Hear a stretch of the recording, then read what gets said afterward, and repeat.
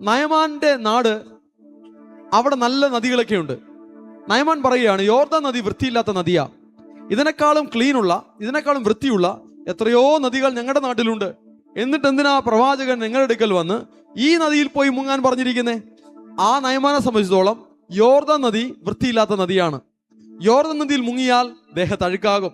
യോർദാൻ നദിയിൽ മുങ്ങിയാൽ ഒരുപക്ഷെ അസുഖം പോലും പിടിച്ചേക്കാം. ആ ലെവലിൽ വൃത്തിയില്ലാത്തൊരു നദിയിലാണ് പോയി മുങ്ങാനായിട്ട് പ്രവാചകൻ പറഞ്ഞു വിട്ടത്.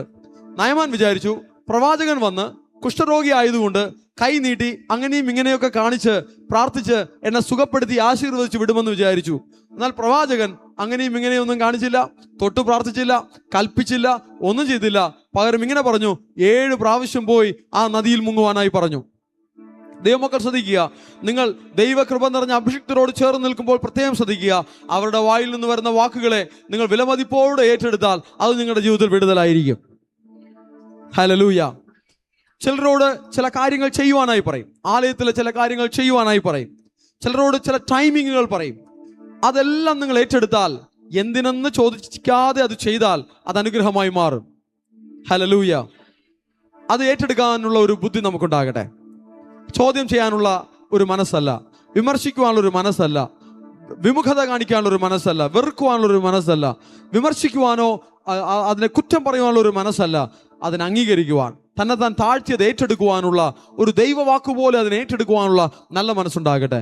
നയമാൻ മനസ്സില്ലാ മനസ്സോടെ ആണെങ്കിലും അതനുസരിച്ചു. അവന്റെ കുഷ്ഠരോഗം മാറിപ്പോയി.